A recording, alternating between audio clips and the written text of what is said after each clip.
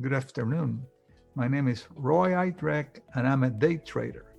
I've been making some videos about fraud, scams, and pyramid scheme that investors find themselves involved into it.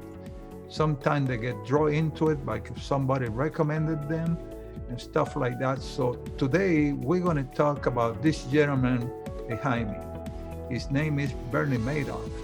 He conducted a pyramid scheme with stocks that it lasted 20 years.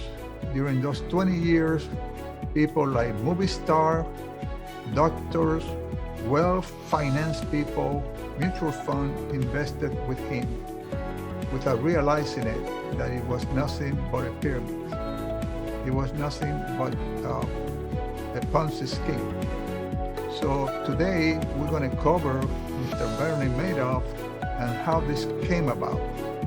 I'm going to start first of all with the news about him recently on 2020 requesting to be released from jail. But besides we discuss that part, I want you to realize and see the damage that he had done to society.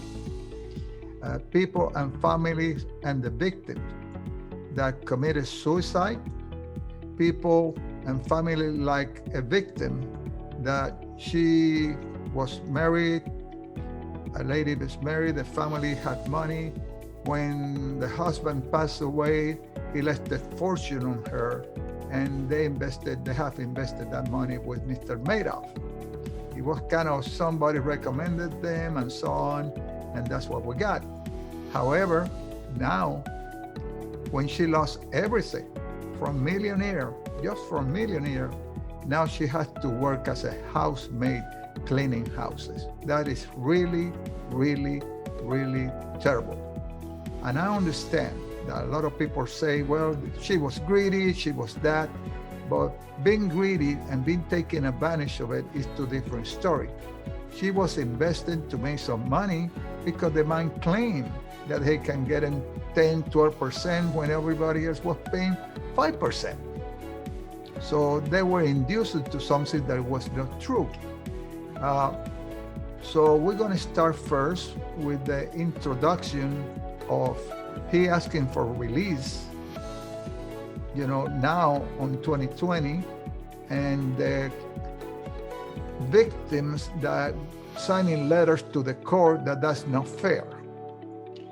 Then we're going to move into Barbara Walter interviewing him after he was put in jail.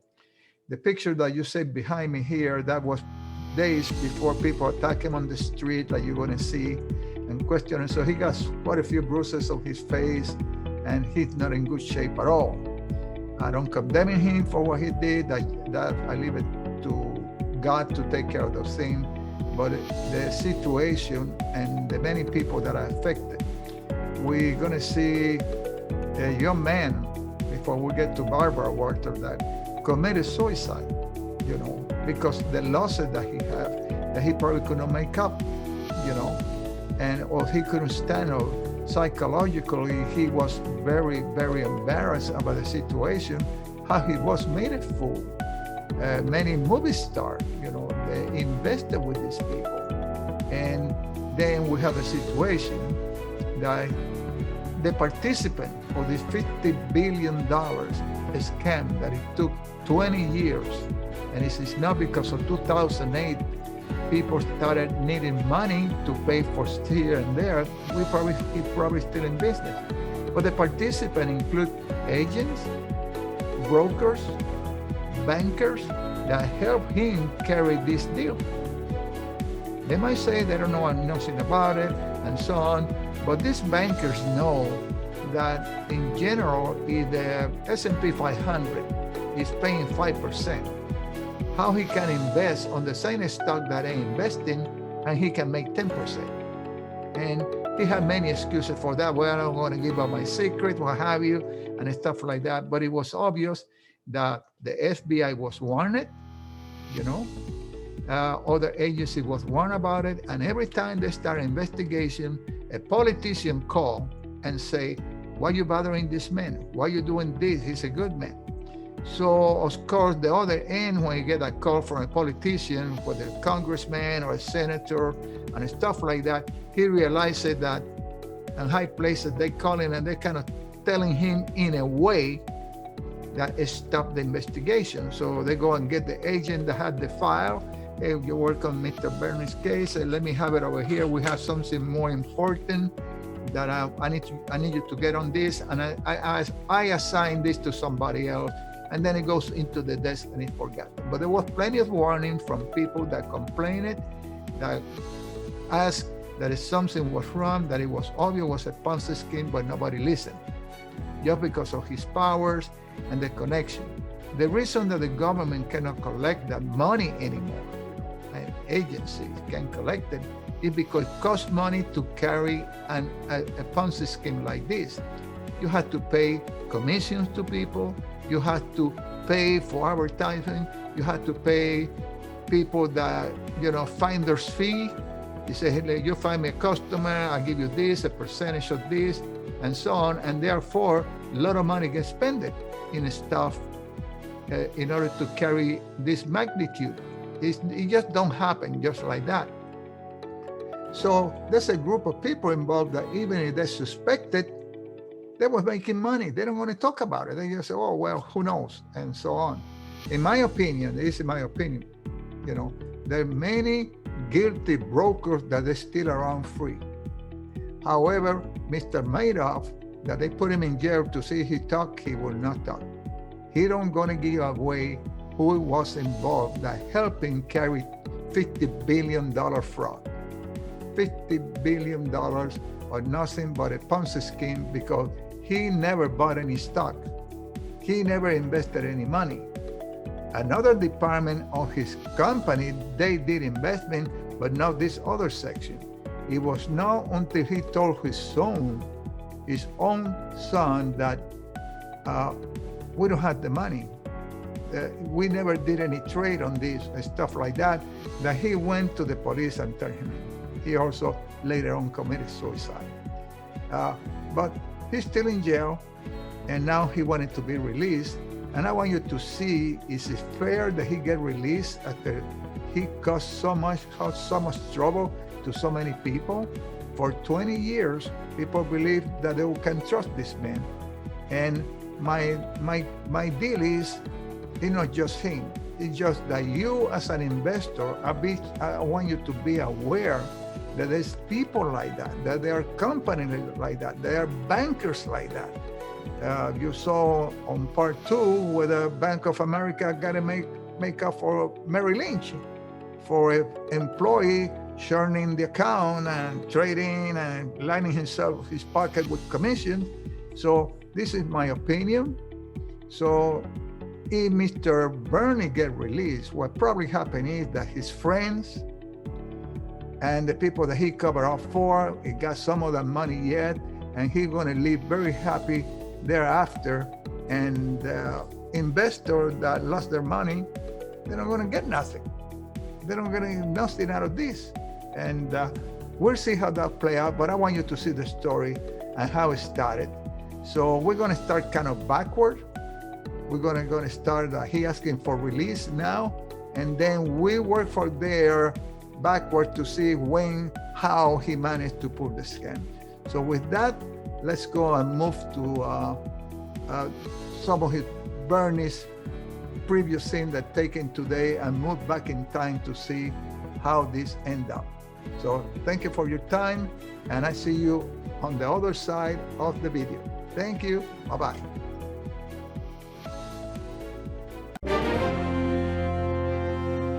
All these years after notorious Bernie Madoff fleeced investors in the biggest scam in U.S. history, there's now another tragic twist. This Wall Street executive, who once had the world on a string but lost billions to Madoff, jumped to his death in an apparent suicide.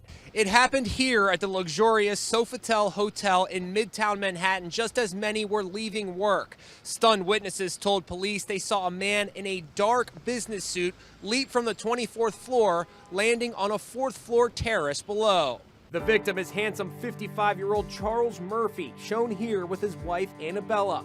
He was a Harvard Law School graduate who worked for a hedge fund that lost $7 billion to Madoff. The brazen Ponzi scheme continues to grip the nation and is retold with Oscar winner Robert De Niro as Madoff and Michelle Pfeiffer as his wife Ruth in the upcoming HBO movie The Wizard of Lies. We're here to find out if there's an innocent explanation. There is no innocent explanation. Andrew Kurtzman is author of Betrayal, The Life and Lies of Bernie Madoff. As Bernie Madoff sits in jail, the wreckage of what he's done is still taking place. 4 people have now committed suicide, including his son, all because they trusted him. Bernie Madoff is requesting to be released early from his 150-year prison sentence, citing terminal illness. And now his victims can submit letters to the court to share how they feel about his sentence possibly being reduced. NBC News investigative correspondent Tom Winter is here with me now. Tom, so let's get into this. First, if we could sort of just go back, he pleads guilty in 2009 to running the largest Ponzi scheme investment scam in history. I so vividly remember his victims just there. They lost, so many people lost everything, their life savings, their homes. So can we just go back to sort of what happened then and just remind our audience kind of what happened then and the impact? So basically for decades, really, Bernie Madoff ran a fund saying that every year he was able to get consistent returns, high returns on these individuals' investments. Now, of course, that totally, belies gravity, the gravity of the markets. I mean, markets go up, they go down. To consistently always have the same returns was a red flag. Eventually, he got caught doing it. And so what he would do is he would take money from, say, you or I in order to then pay out somebody else who wanted to be paid out because they thought that they had invested this money over the years. So when the financial markets and the economy tanked in 2008, 2009, he could no longer keep up the speed of redemptions with the money that he was taking in, and the emperor essentially got caught without clothes. Obviously, it had a tremendous impact on the victims. Over $13 billion with a B, $13 billion in investments that he would have had and should have had for people out the door, and he took it himself. He stole billions from thousands of victims in one of the largest Ponzi schemes in history. Now 81, Bernie Madoff has spent the last decade behind bars, and he's dying of kidney failure. Today, his attorneys filed a motion for compassionate release, writing, "It would not diminish the message communicated by his 150-year sentence. Madoff has served 10 years in prison while battling terminal illness and is now facing the harsh reality that he has less than 18 months to live." I mean, I'm sorry, but that man destroyed the lives of many people. George Kristen and his wife Audrey lost half of their retirement when her parents trusted their future inheritance with Madoff. They spoke with us by phone. I think of the people who died in alleys because of Bernie Madoff. And we're supposed to care that he dies of kidney disease in jail, where he's getting medical care, food, warmth, water. Madoff has been living in a prison hospice facility. He's refused dialysis. Last December, the Bureau of Prisons denied his compassionate release. Last summer, he asked President Trump. Now to an ABC News exclusive. Bernie Madoff is breaking his silence. The con man behind the biggest Ponzi scheme in history decided to speak out from his prison cell, and it is no surprise to us that one more time ABC's Barbara Walters got the big interview. She joins us now to tell us about it. And Barbara, Bernie has so much to say. But first, how did he seem to you personally? Well, at times he was teary-eyed, but for the most part he was very composed. He has a little bit of a tic when he gets emotional. He is in the Butner Correctional Complex, which is a medium-security federal prison in North Carolina. He's with the general population. No cameras or tape recorders are allowed, but pens and paper are. And he told us, as you will hear, some very surprising things. In a 2-hour prison interview, Bernie Madoff told me that he is happier now than he's been in years. He said, quote, "I feel safer here than outside. I know I will die in prison, but I lived the last 20 years of my life in fear. Now I have no fear because I'm no longer in control of my own life."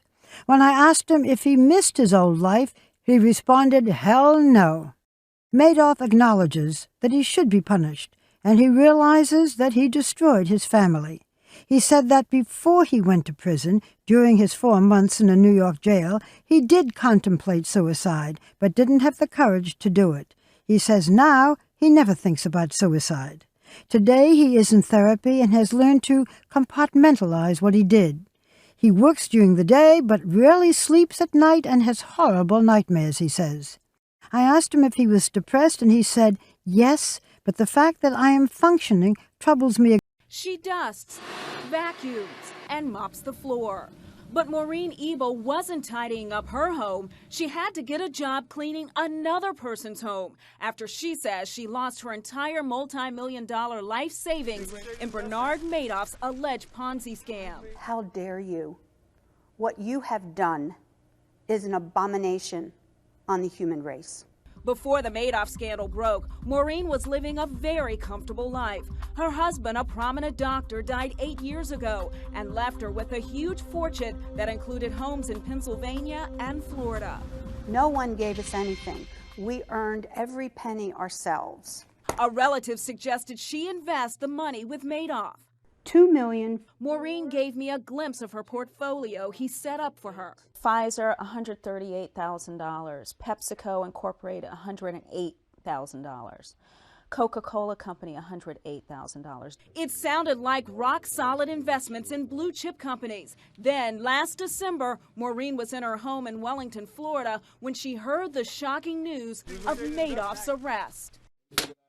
Maureen's entire portfolio, over $5 million, all invested with Madoff, wasn't worth the paper it was written on. My life savings is gone. Her finances in ruins, the 60-year-old widow put shame aside and was determined to survive. $11 change. She worked a cash register at a concession stand. Then a neighbor offered her a job cleaning her home, and she jumped at it.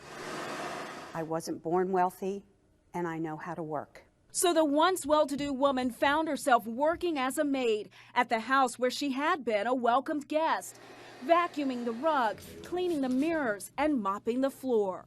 Maureen was also forced to sell her Florida home, but walked away with almost nothing. It's very hard to leave. We were there as she left for the last time. It's all gone. Maureen has now moved back full-time to Pennsylvania, where she's landed a small office job, earning just enough to cover her mortgage. I'm very, very worried about it. Maureen says she sold her furniture, paintings, even her jewelry, and yet she's still struggling to hold on to this house outside of Philadelphia. I've put the word out to all my friends that I would do any type of errands that they wanted done.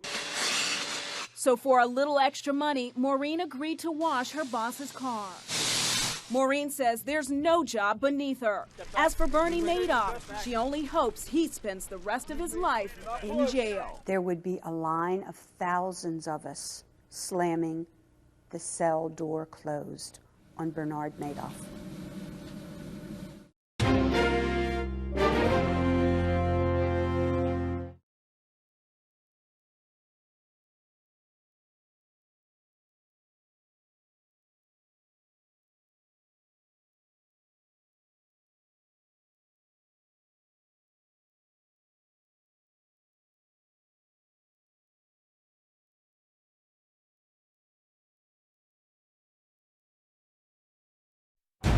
Americans are taking to the streets in anger. Give us the money back! At bankers for ruining the economy.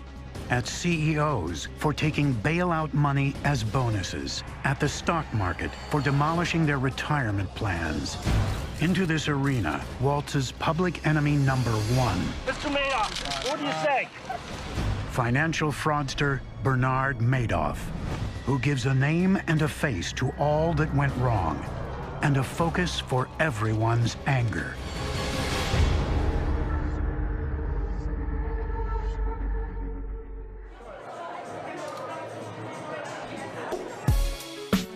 America thought the boom would last forever.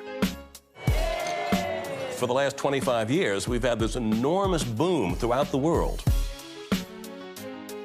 There's never been anything remotely like that in the history of finance.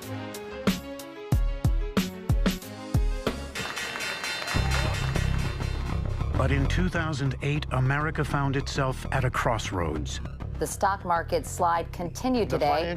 Wall Street's worst week ever. Moscow fell 14%. Japan's Nikkei dropping 9%. 18%. How low will it go? When the stock market collapsed, people all across the country took a hit. I can see myself working for 10 or 15 years longer than I might have originally thought I would. Outraged Americans watched as more than $2.4 trillion of their savings vanished in a few weeks. My money is gone. My 40K, what I plan to live off on, is not there. An infuriated nation began to wonder, were the underpinnings that held the American economy together just smoke and mirrors? To make matters worse, the downturn brought to light an unprecedented amount of fraud. When the tide goes out in the financial markets, you can see who was overexposed, who was cutting corners, who was operating fraudulently. The biggest fraud of all was Bernard Madoff, who stole some $65 billion, perpetrating the largest Ponzi scheme in history. Mr. Madoff, what do you say? A nation up in arms found one focus for their fury. It's very hard for people to wrap their minds around the drop in this S&P 500 or the mortgage meltdown. He puts a face on what we've all been feeling the last few years. People who had absolutely nothing to do with Bernie Madoff could look at this man and say, this is the human being who symbolizes the loss in my portfolio. Where's our money? It's not funny. Where's our money? It's not funny. He is someone people can focus their anger, their attention on, and it's going to be remembered as the Madoff era. No one was angrier than investors who lost everything. So angry that some started showing up at Madoff's front door demanding their money. Tell George Cates wants to talk to him right now. Go ahead, call the police. I could care less. Call the police. You know what? You have a lot of class. All right, you got a lot of class too. All right. I think that Bernie Madoff should go to jail for the rest of his life and pay for what he did. Norman Brayman, the 76-year-old former owner of the Philadelphia Eagles football team, had $32 million from his family foundation invested with Madoff. I'm shocked by it, and I feel terrible. It's the scam of the century. Like most investors, he was introduced to Bernie Madoff by a friend. You practically had to have an embossed invitation testifying to your worthiness to invest in Bernie Madoff's Ponzi scheme. It was a privilege to invest with Bernard Madoff, which of course it would just catnip. He would do them a favor. That was a genius of marketing, wasn't it? He made it seem so exclusive that, no, you can't get in. Well, maybe you can get in. There were people that tried to place money with Madoff that couldn't even place dollars with him. He wouldn't take them. You had to know somebody, a friend of a friend, who had some influence for Madoff to accept an account. I mean, this was a classic Ponzi scheme in every single way. The Ponzi scheme is a simple swindle whereby one set of investors are paid unreal returns out of money received from another. The scheme is named after Carlo Ponzi, who perpetrated the fraud in Boston in 1920. Ponzi is a small-timer, shady, underground character. He arrives in the United States from Italy, already a convicted smuggler, forger, and vegetable peddler. He's a man from nowhere. Ponzi was offering to double people's money in 90 days, purportedly through stamps known as postage reply coupons. He would take stamps from one country and sell them in the United States for an enormous profit. It was preposterous. There weren't enough of these reply coupons to support a multi-million-dollar investment venture. But it didn't matter. I mean, all he needed was the excuse, was the story. A good story and a gift for gab. Ponzi schemers tend to be charming. Ponzi's case, he was the guy you would put at the head of a parade. You would follow him anywhere. He had that charisma. When I met a Ponzi artist, the first thing I thought was, wow, I like him. He's so nice. His eyes are bringing me in. I feel it. He's like a magnet. That magnetism is essential to keeping all Ponzi scams going. The key to perpetuating the Ponzi scheme is to keep attracting new levels of investors. Carlo Ponzi started out with just 10 people, and then it was 100 people, and then it was 1,000, and then it was 20,000. all in the course of about 6 months. Ponzi's scheme coincided perfectly with the beginning of an enormous stock market bubble in America. Ponzi is one of a long line of people in the 1920s who take advantage of this sense of exhilaration, a sense that the economy is booming and will boom continually. He rode that wave, and he knew that the people out there believed that others were getting rich quick, right next door. Why couldn't we have a piece of that action? Ponzi and Madoff have a tremendous amount in common. These are two men who recognized what people wanted, and they found a way to satisfy it. Bernie Madoff was making people an offer they couldn't refuse. Steady 1% gains every month, 10 to 12% a year, despite market volatility. Bernie Madoff was promising his investors really the holy grail: constant, steady, excellent returns. And that is the thing that investors today want as much as anything: security, stability. That, if somebody is promising them double or triple their money, they're going to be doubtful. He was promising that, don't worry, whatever you give me will grow and grow and grow. And that was so seductive to people. My family, unfortunately, had all of their money with Bernie Madoff. I was as surprised that Bernie Madoff had been arrested as I was when the Japanese bombed Pearl Harbor. Retired stockbroker Joyce Greenberg's father began investing with Madoff in the 1970s. I did not feel that Madoff's 10% was unreasonable. If it had been 20% or 15%, I would definitely have been suspicious, but not at 10%. Greenberg's family had heard about the opportunity through an early Madoff investor, a typical example of the power of social feedback. People are making money, they tell other people about it, that makes it safe, that makes it attractive, then people put money in. So the social feedback loop is very important. Social feedback loop, a fancy term for word of mouth, helps explain the herd mentality behind all investor manias, even ones that are not fraudulent, like the Dutch tulip mania. In 1636, speculators drove the price of tulip bulbs to 6 times the average annual salary, even buying shares in a single bulb. More recently, in the 1990s, word of mouth about new .com companies drove stock prices to stratospheric highs. To investors in the loop, all these opportunities look too good to pass up. That's part of the human psychology here. There's one side of our brain that says, this is too good to be true. And the other side says, this is too good to miss. I think the most shocking thing about it is that, people say, well, that's what you get, if you're into get-rich-quick schemes. This was not a get-rich-quick scheme. This was an investment tool. Palm Beach resident Susan Markin saw these returns as a conservative investment. When people were making 18% return on their money, Madoff was only making, say, 10 or 9. So he was a steady performer from most people that looked at it. Clients saw the funds that were feeding money into Madoff as the safest part of their portfolio.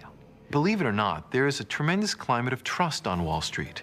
You are trusting the people you do deals with all the time. You're trusting they're going to execute their part of the trade, that they're not going to steal your money. It's that basic, normal confidence that the confidence man abuses. Investors thought Bernard Madoff was earning big money for them, but the government said he made off with billions he stole from them. Someone called me up and said, turn on your television, and so I did, and I was shocked.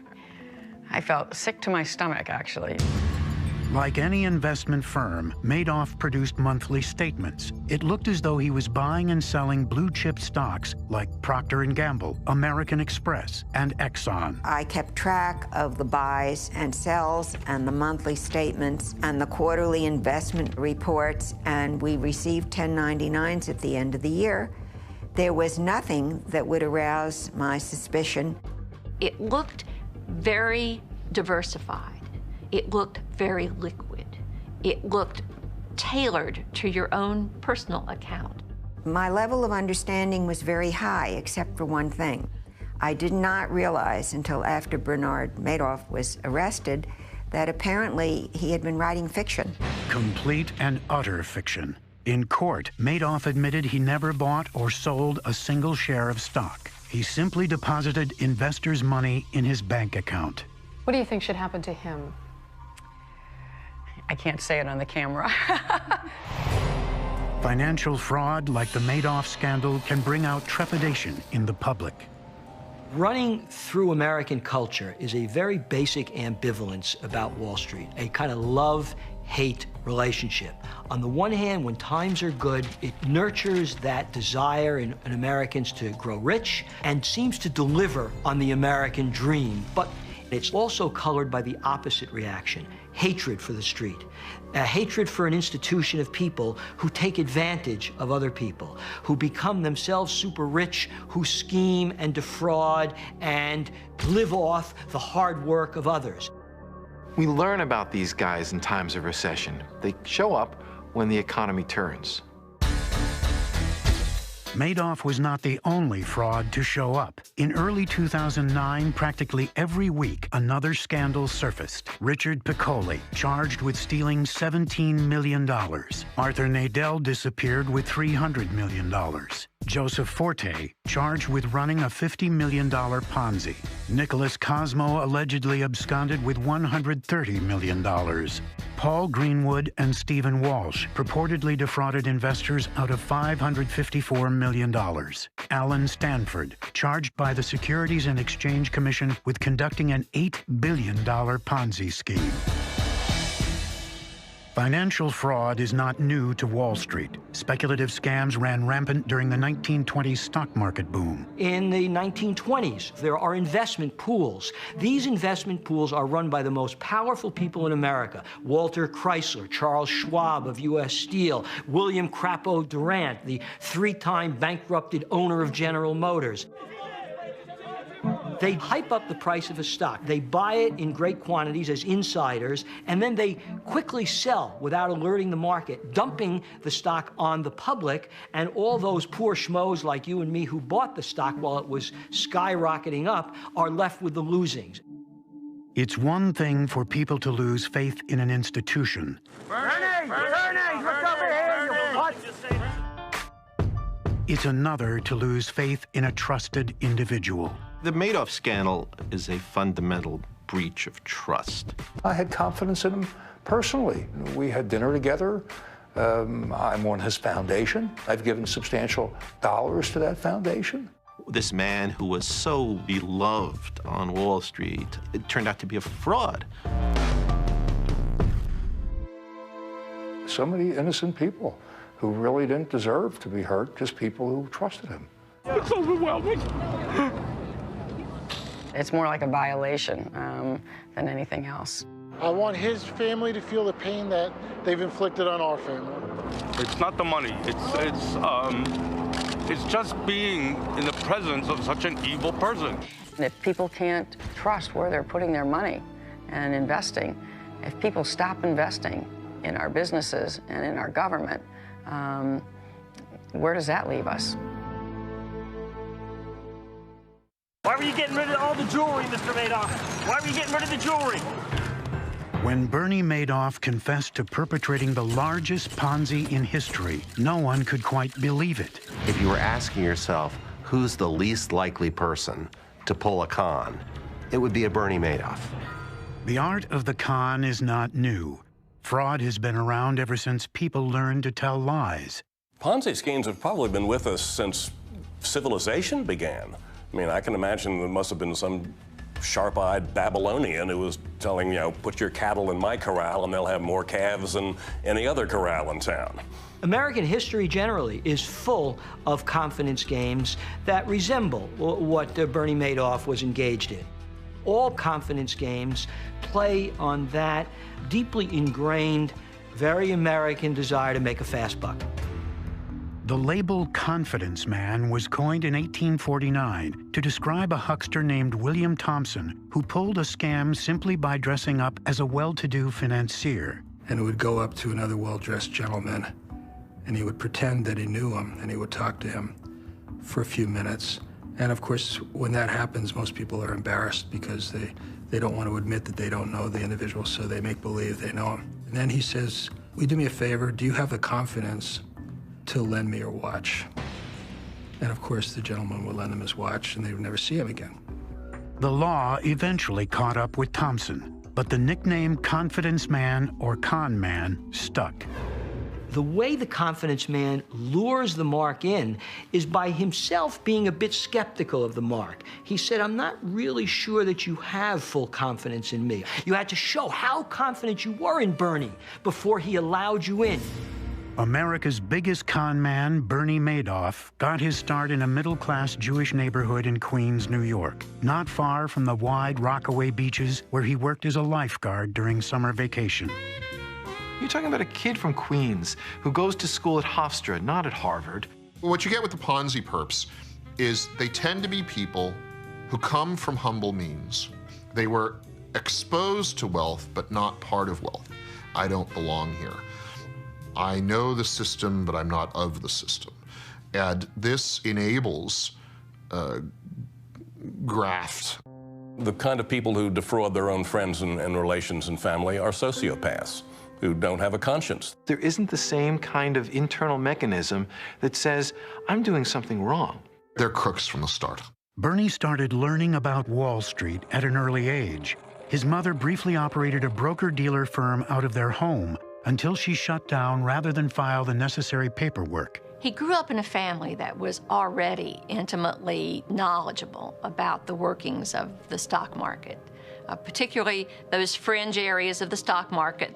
The fringe areas of the market, over-the-counter stocks not traded on the big boards, were where Bernie got his start. You need the supposed profit-making venture. And so the smartest, the most effective crooks will actually have some kind of business. In 1960, 22-year-old Bernie founded his legitimate business, a trading firm called Madoff Securities. He claimed that he started the business with proceeds from his lifeguard job. In reality, the father of his new wife, Ruth, loaned them $50,000 to start the business. It was a tight-knit family firm, with Ruth helping out early on and Bernie's younger brother, Peter, joining soon after law school. His methods were very up-to-date, were very computerized, and as a result of which he was considered to be sort of a pioneer in electronic trading. We saw, meaning my brother and myself, that there was an opportunity to bring automation into the over-the-counter marketplace and create some visibility, transparency in the marketplace. So we came up with the concept of developing a screen-based trading mechanism, and that was the start of NASDAQ. The world's first electronic stock market, NASDAQ, lists primarily high-tech companies not traded on other markets. In addition to the trading business, Madoff Securities had an investment arm where Bernie took people's money and invested it for them. The question investigators want answered is, was this investment arm ever legitimate? That is the most intriguing question about Bernie Madoff. Did he start out as an honest man, or did he start out seeing this as a really clever ploy that he could use to his own benefit? The earliest investors were Bernie and Ruth's friends from school, from Catskills resorts, and from the Jewish country clubs the Madoffs belonged to once they moved from Queens to the North Shore of Long Island. Crooks like to start sort of in their own communities. It's the trust factor. He preyed a lot on other Jewish individuals to start his scheme. You're going to give someone who lives in your neighborhood and goes to the church you attend a little bit more trust than you're going to give someone else. Schemes like this often are what we call affinity schemes. They're people like you. In Ponzi's case, he was first most appealing to fellow Italian Americans. His community gathered around him and said, he's one of us. He will make us rich.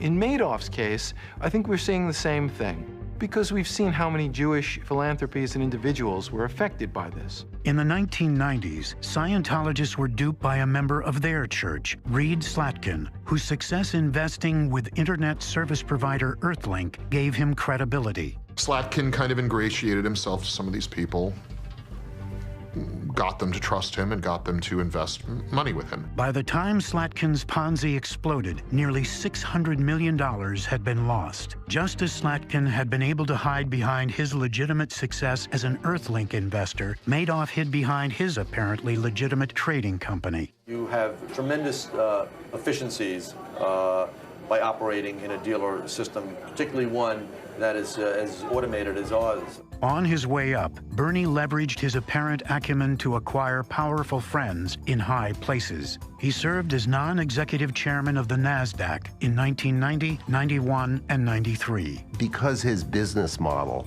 was so innovative, he participated at roundtables where his views were expressed.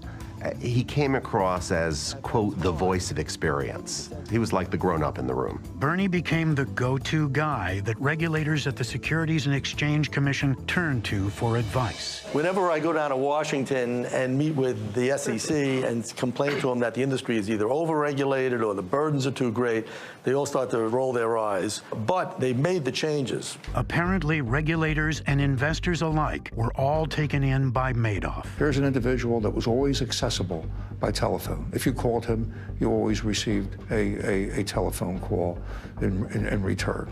When my wife's sister passed away, Bernie Madoff came to the funeral. That's the type of individual that we all thought he was. A very caring individual when all he was a first-class crook. As Madoff moved up in the world, joining the Upper East Side penthouse crowd, the Hamptons set, and Palm Beach society, his access to ever richer investors grew. Palm Beach is about as rich a community as you can find, and like a third of the membership of the Palm Beach Country Club were victims of Bernard Madoff. The Madoffs bought their Palm Beach mansion in 1994 during the dot-com boom and a rising stock market. The economic climate absolutely played into Madoff's hands. People believed that the stock market could be counted on to go up and up and up. And even if it dipped a little bit, there were some smart guys, some smart people who were able to still beat the market. And if you were lucky enough to be with Bernie Madoff, you were in with one of the in guys. But even this new circle of wealthy marks wasn't enough to sustain the Madoff Ponzi. He needed access to the biggest money of all, hedge funds, institutional investors, and even charities. How did Bernie Madoff manage to pull off the biggest, longest-lasting Ponzi scheme in American history? Like many successful con artists, it seems he had his finger on the pulse of his investors. This is something that perpetrators are very good at. They, in addition to sizing up their victims, they size up the tenor of the times. Madoff knew, for instance, that the crowd he targeted was devoted to charity, so he became involved in many of their favorite causes as both a generous donor and as an investment guru. Word spread along with his victim list. Anytime you're dealing with philanthropies, it gives you a certain legitimacy. In Madoff's case, it had the added effect of both being stability and legitimacy. What he did, which I think was sort of an evil genius, if you will, was to find investors who could be counted on not to withdraw their money. Charities fit this bill. They usually spend only about 5% of their monies, keeping the rest safely invested. This conservatism makes them a good mark for the scam artist. Like John Bennett Jr., a businessman who in the late 80s and early 90s ran a phony entity called the Foundation for New Era Philanthropy in the Philadelphia area. New Era Philanthropy was able to tell its marks, we have found a benefactor who will double your money for you. People running nonprofits, they're as susceptible as anyone to hearing a good swindler come along who seems to have nonprofit bona fides and credentials and experience, promising a way to bring those returns up a little bit. By the time Bennett was arrested in 1995, he had collected $135 million from charitable institutions and their contributors. Of course, this total pales in comparison to the amount of money Bernie Madoff took from charities and foundations. But in the end, the biggest money in Madoff's scheme came through hedge funds. In the 2000s, the market boom was largely fueled by hedge funds, privately pooled investment funds for the wealthy. Here's this side of the investment world, which is explicitly designed to be unregulated and aggressive and corner-cutting. What a great context for a swindler. And no swindler was in a better position to take advantage of the hedge fund economy than Madoff. He depended on his connections to the most powerful financial circles, a kind of global aristocracy of the super rich. That's who was invited to join Bernie Madoff's scheme. And what made it all possible, in my view, is that it depended on a kind of pervasive insiderism. Ponzi was an outsider. Madoff's an insider. And we have been running a financial economy in this country for the last 15 or 20 years, which has been premised on that kind of insiderism. I only need to mention Enron, Tyco, WorldCom to remind people of how insiderish this financial economy has been. Madoff used his insider status to attract hedge fund money. But he also understood exactly what his clients were looking for. Hedge funds were doubling people's money. Hedge funds were turning back fantastic returns. People didn't trust them completely, though, and Madoff recognized what people wanted, which was metronomic returns. 12% a year, 1% a month. Madoff technically didn't run a hedge fund himself. Instead, he found fund managers who set up special investment pools for him, known as feeder funds. The feeder fund managers, like Ezra Merkin of Ascot Partners and Walter Knoll of Fairfield Greenwich Group, fed billions of dollars to Madoff. And in return, they earned hefty fees from the transactions, usually 20% of profits. Those fees were actually typical in the economic boom of the 2000s. You have that atmosphere of unreasoning, irrational expectations. People are really convinced that they've entered a new period of unending prosperity, and the confidence man enters that picture to take advantage of exactly that desire. Once again, the familiar cycle. The boom economy creates and camouflages the fraud. In the go-go 80s, a man named J. David Dominelli cooked up a scheme that played on one of the hot stock market careers of the decade. He pretended to be a ruthless and effective currency trader, and really he was just operating a Ponzi scheme. He was attracting high net worth people to come into his offices in La Jolla, California. They would give him investment capital, and he would use it supposedly in these sort of indecipherably complicated currency hedging arbitrage transactions that he was running, but it was all a sham. It took years before defrauded investors who lost about $80 million forced Dominelli's hand. But Bernie Madoff's hand remained firmly on the wheel of his empire for decades, in part because so many investors had no idea that he had their money. They thought their money was with the fund that they had invested in some cases even apparently in a bank that was used as a repository. And they had no idea where the end result was. One of the feeder funds caught Stephen Greenspan's eye in 2007. A close family member was telling me about this investment she was doing with this fund called Rye. And I looked at the paperwork and their history, and it was incredible. Get the same 1% a month regardless of what the stock market was doing. That's really what I was looking for. In the wake of Madoff's collapse, many have asked how much the feeder fund managers knew or guessed about his operation. I contend that many of them were basically turning a blind eye to their doubts in order to collect the beautiful fees that were generated from these feeder funds. A lot of the people involved with the feeder funds had virtually their entire worth tied up in those funds. Why on earth, if they suspected a scam, would they have put not only their own money, their family money, their firm's money, their children's money into these investments? Whatever they thought about the investment, these feeder fund salesmen fed Madoff enough money to create the biggest Ponzi scheme in history. But still, he needed more. Madoff started pressuring the funds to enlist new capital across the globe. This past year, before his arrest, you saw a much more frenetic pace of money raising as he moved past Europe into Asia and on into China. When the demands of the scheme get greater, you are going to branch out. And certainly in Madoff's case, the modern era, it becomes global. But even as Madoff reaped the rewards of the global economy, a few competitors began questioning what he was doing and taking those doubts to the U.S. government. The biggest changes in the wake of the Bernie Madoff scandal will be at the U.S. Securities and Exchange Commission. How could the federal regulatory agency have failed to notice the biggest fraud in the history of Wall Street?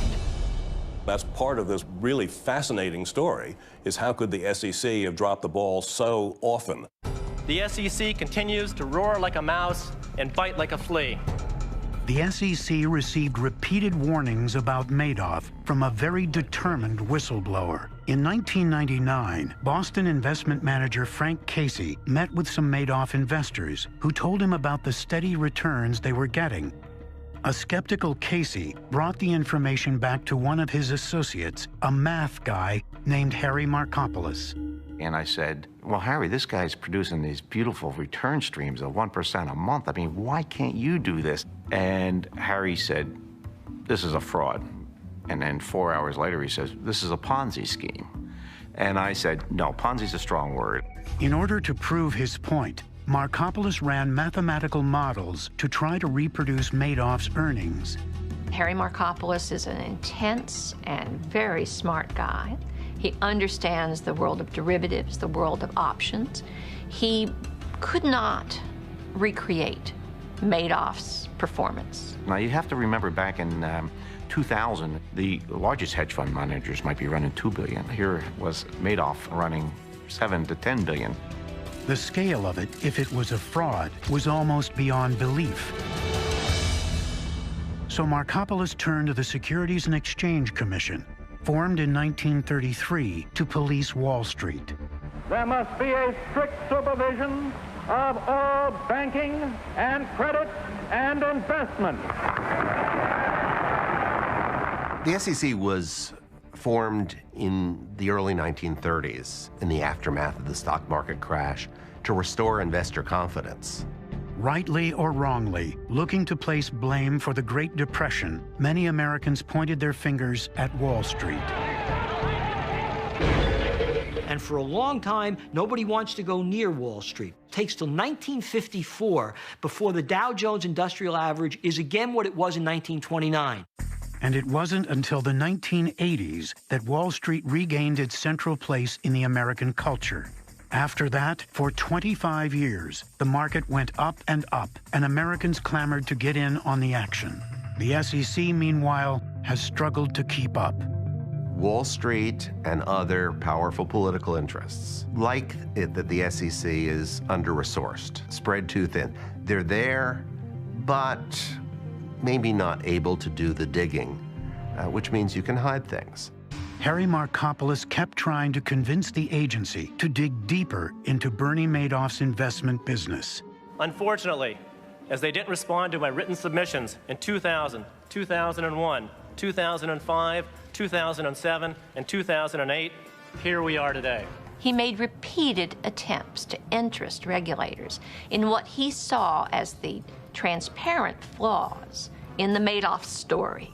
It couldn't work. It clearly has been going on too long. Nobody can get those kind of consistent returns in up markets and down markets. Look at this little bitty accounting firm he uses. On and on, 2 dozen red flags that he pointed out to regulators. In 2005, an SEC enforcement team finally met with Markopoulos. He laid out 2 possible scenarios to explain Madoff's performance. One was that he was running a Ponzi scheme. The other was that he was front-running, a form of insider trading. Front-running is having inside information in advance of where a stock is moving just by your position in the industry. Inside information that's not publicly available, so you can get out ahead of whichever way a stock is moving. You may remember Michael Milken, the big Wall Street guy from the 80s. One of the things that the feds finally got him on was front-running. Milken's wasn't the first such case. Some of the worst offenses in the pre-SEC days of Wall Street were very similar. They have specialists who are market makers on the floor of the exchange. They know that if a price gets to a certain point, this is going to happen. Well, what they would do is they would tell their friends. And so the friends would then manipulate the price. They'd sell stock back and forth to each other to get the price up because they knew what was going to happen. Then they'd cut and run, and it was virtually guaranteed profit. And it was just, classic insider trading. Bernie Madoff's business placing trades for large customers was exactly the same as the old Wall Street specialists, meaning he was in a perfect position to know what was going to happen in the market. People thought that Bernie Madoff knew where the market was heading because he was sort of controlling the market to a certain extent, and they could get in on that. They could get in on this front running. I'm going to put my money with Madoff because he's You know, he's on the inside. He can get some of that action. The SEC did investigate the front-running charge, but gave Madoff a clean bill of health in 2006. Why, having eliminated front-running, didn't they come back to Markopoulos's basic point, which is, if it's not that way, and there's no legitimate way he could be making these returns, this must be a Ponzi scheme. The possibility that he was just an out-and-out fraud, apparently, is something that they dismissed out of hand. They just simply didn't believe that such a thing was possible. After all, Madoff sat on SEC committees, and his family members served on other regulatory panels. Did those connections play a role? Clearly, the SEC was afraid of Mr. Madoff. I gift-wrapped and delivered the largest Ponzi scheme in history to them, and somehow they couldn't be bothered to conduct a thorough and proper investigation. What any organization does when they just don't have the resources to do their job right, you make very rough-cut judgments. Does this look like a real fraud? If you rationalize, no, not Bernie Madoff. You move on to your next task. The lack of resources at the SEC was part of a broad push to deregulate Wall Street over the last decade. The SEC was never important to the Clinton administration. And then when the Bush administration came in, a distinctive change in priorities occurred. The SEC's priorities were to make sure that the United States stayed competitive in an increasingly fast-paced global financial marketplace.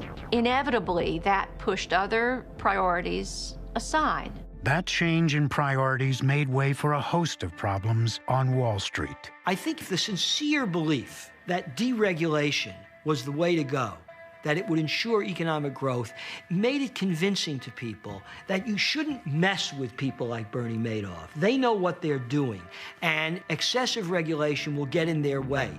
Now, everybody's a regulator.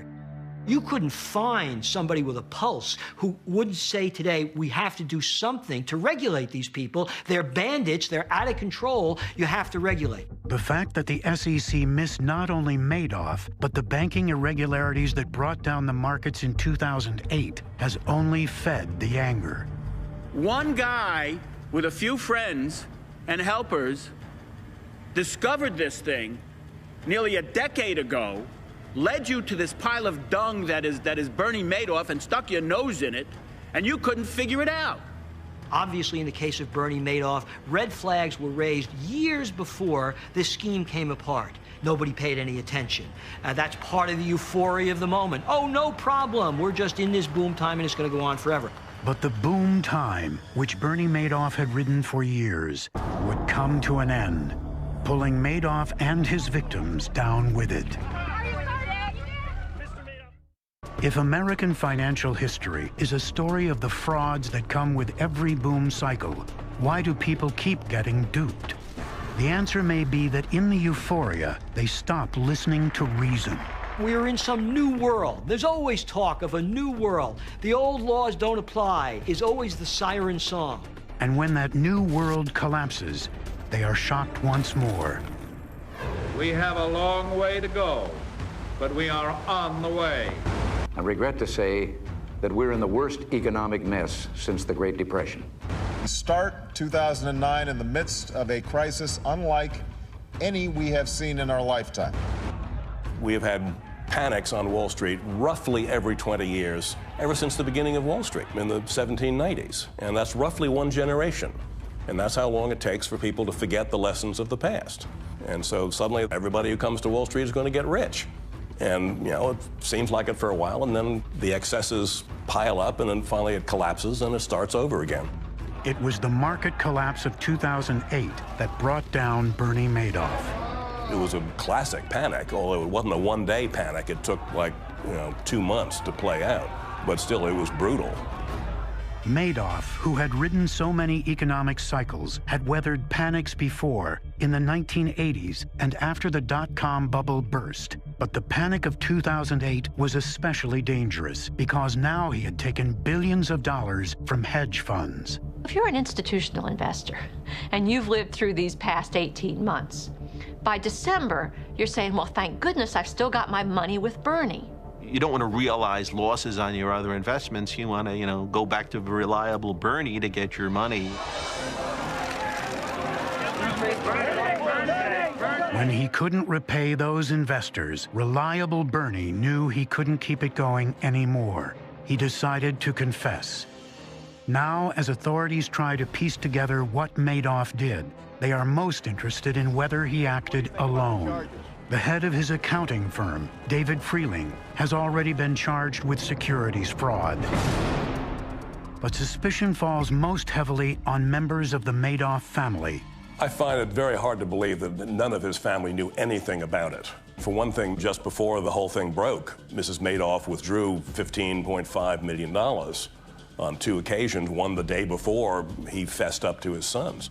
Other family members worked at the Madoff firm. Some of them lost money in the Ponzi. At a family level, it's a fascinating story, almost Shakespearean in some of the dynamics that must have gone on. As officials tried to unravel what the Madoffs knew and when they knew it, other families were suffering as well. My family has lost millions with Bernie Madoff. My stepmother, my 2 stepbrothers, daughters, the end of her college fund. The bold-faced names on the victims list and the immense amounts of money lost have fed an almost morbid fascination. We're used to stories about the poor people who have been, devastated by different financial problems. Well, this is a case where the tornado skipped the trailer park and wiped out the houses on the hill. The next round of this drama is a matter for the courts. There are early investors who made money from the scheme, which they may be forced to repay. It's almost like a financial world's version of Lord of the Flies, and it's going to pit victim against victim. The losses have been devastating for so many people. But the most wrenching story so far is that of a man who staked everything on Madoff. Terry de la Villechais, who managed one of the feeder funds called Access International, committed suicide less than 2 weeks after Madoff was arrested. Not only was he a French nobleman, he was a noble man. He was an honorable man. Nearly a decade ago, Frank Casey raised with Villechais the possibility that Bernie Madoff was running a scam. He told me, if this guy is a fraud, I'm in serious trouble. He said, I've got all my money in it. I've got most of my family money in it. I have every business connection in private wealth management and banking throughout Europe that I've developed my whole life in it. I believe in it. I believe in Bernie. In the case of Villechais, this was an extremely proud individual who was so horrified that he was involved in Madoff and caused all of these losses for people that he took responsibility in the ultimate and quite hideous way by slitting his wrists. Bernie Madoff's crimes have cast a long shadow. I've never seen anything like this. I've never read about anything like this. Nothing on this scale. Nothing that swept so far around the world, nothing that lasted so long, nothing that brought in so many sophisticated investors. This is not just some engineered financial product that collapsed. This thing wiped out people. The scandal has destroyed America's confidence in the masters of the universe. Bernie Madoff was a hero of our time, the way a lot of our great financial heroes once were. And then came the day of reckoning. Bringing Bernie Madoff down from a hero to the nation's greatest villain.